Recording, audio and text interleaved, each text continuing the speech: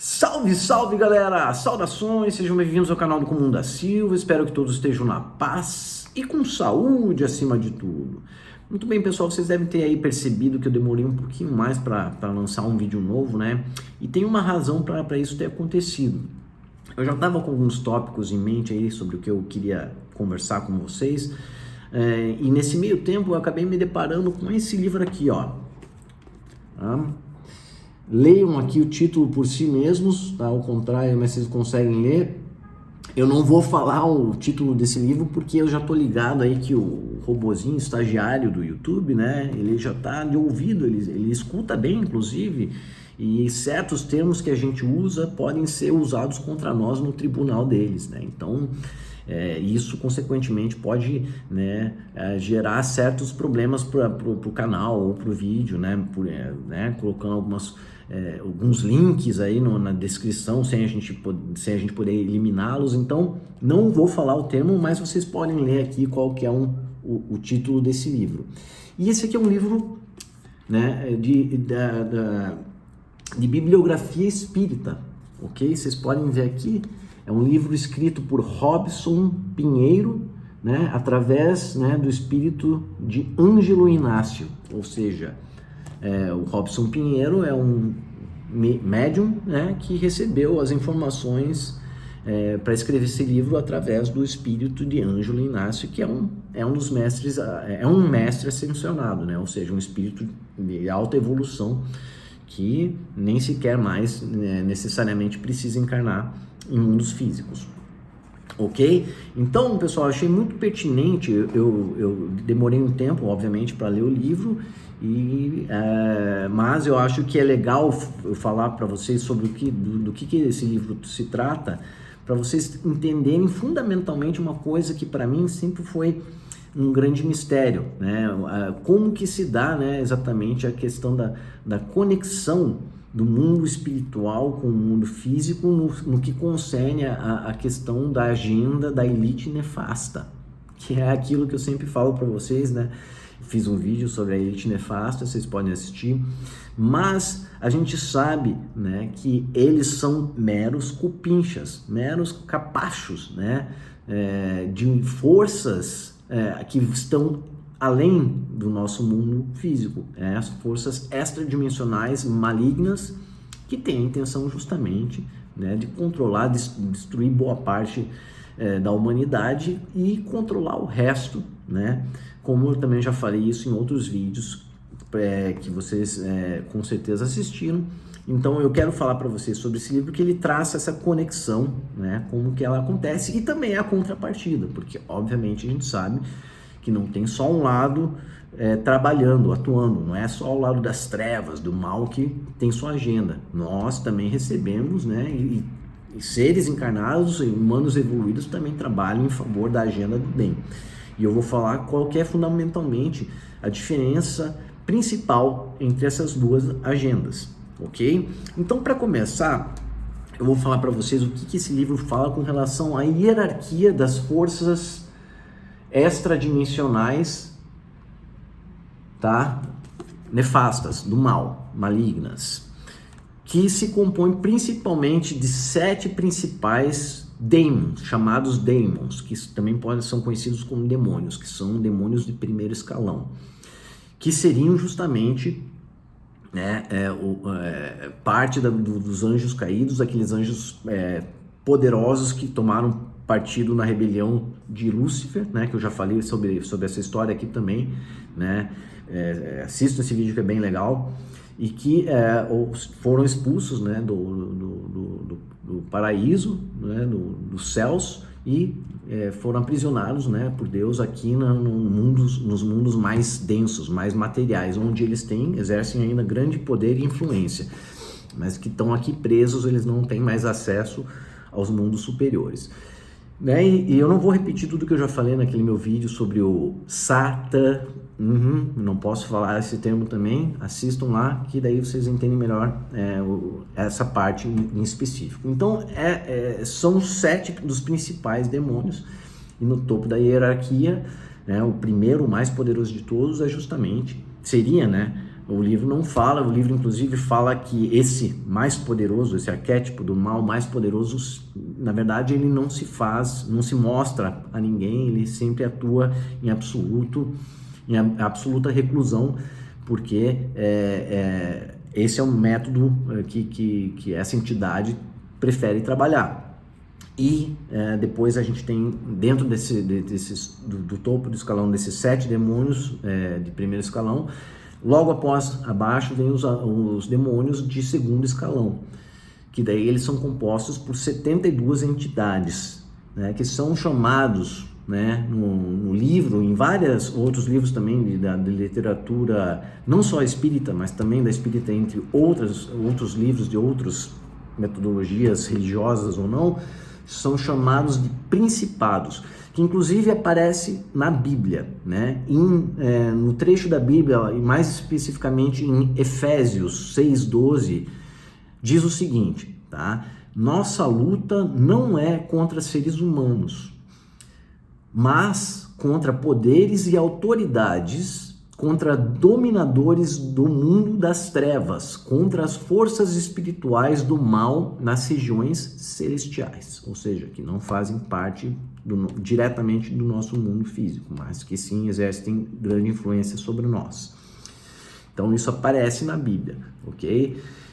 E essas forças espirituais do mal nas regiões celestiais, então, são divididas entre os principados, né, que fazem parte dos principados 72 demônios de segundo escalão, que são responsáveis por regiões específicas do planeta e do sistema solar, e também as potestades, que são espíritos malignos de grande inteligência, grande competência, né, que trabalham para as forças do mal, ok? Então essas são as entidades fora, que não fazem parte da elite nefasta, que eu tanto falo aqui dentro do nosso mundo físico.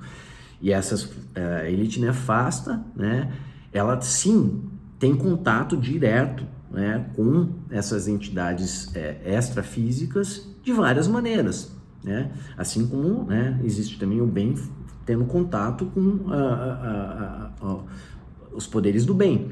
E isso se dá de várias maneiras, pessoal. Isso pode se dar através de desdobramentos, que é onde você conscientemente, né, um mago, uma pessoa altamente evoluída na questão da magia, pode se desdobrar, ou seja, projetar a sua consciência, a sua alma para fora do nosso universo físico e adentrar esses domínios, né, do mal, esses mundos extradimensionais, infernais, e ter contato, receber as informações, receber as instruções do que deve ser feito no planeta Terra para que a agenda do mal sobressaia, né?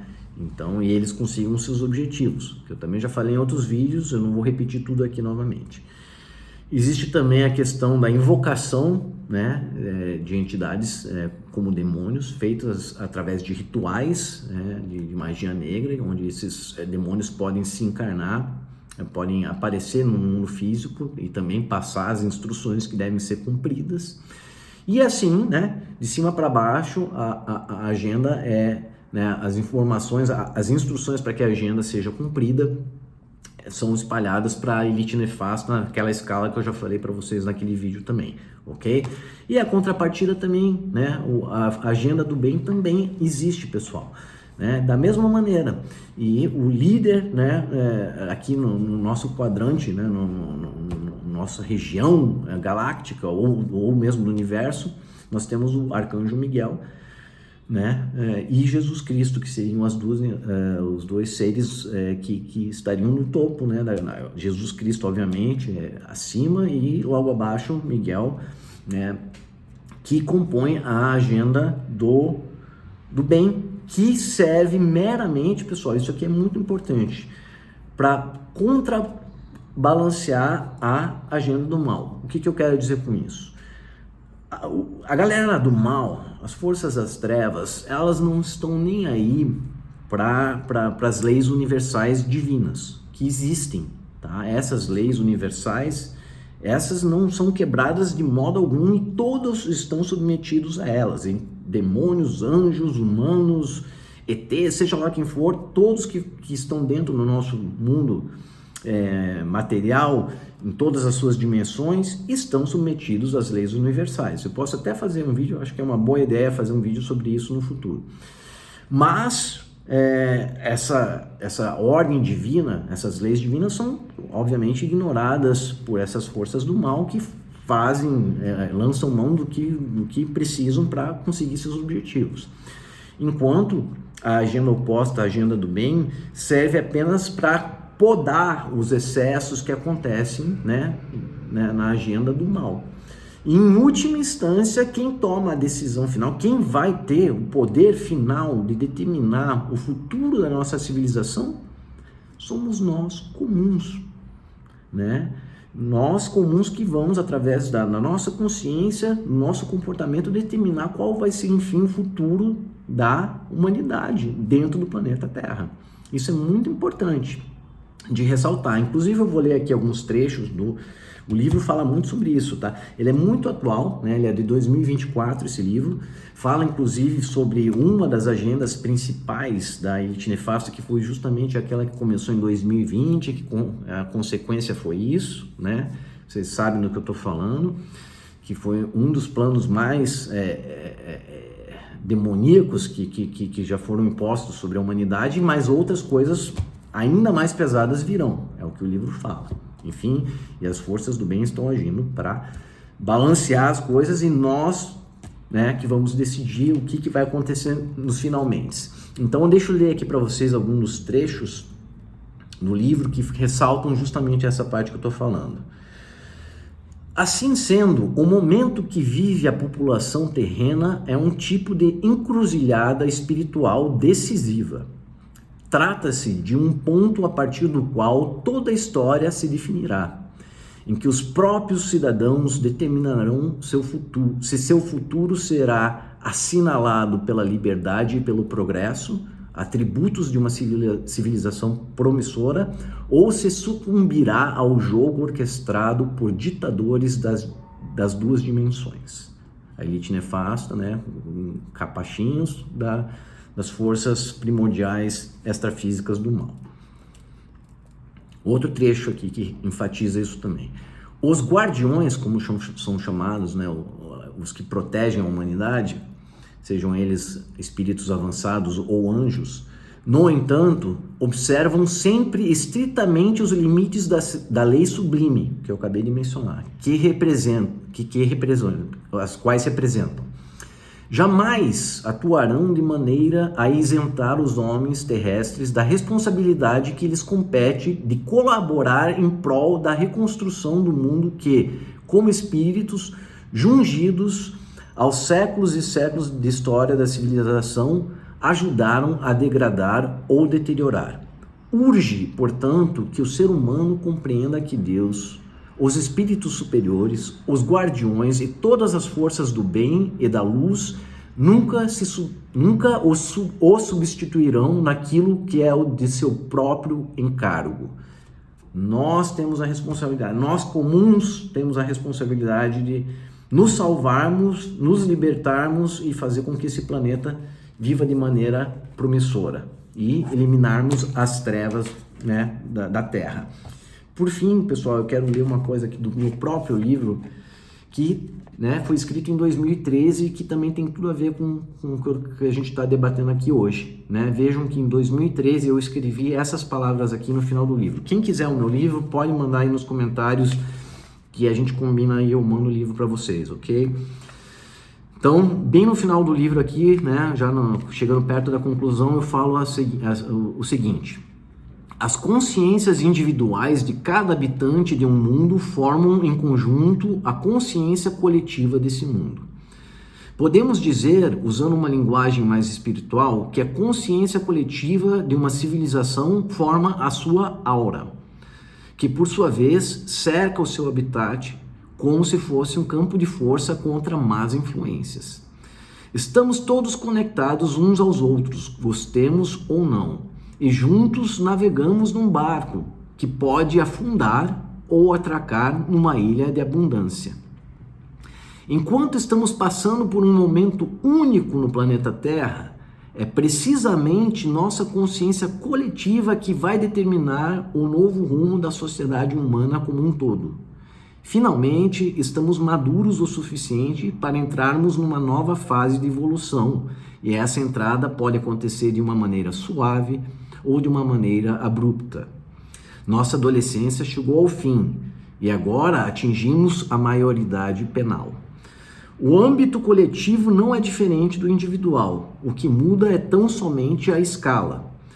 Quando um ser físico chega ao fim do seu ciclo de existência nesse plano, sua alma, essência, colhe o que plantou durante a vida física.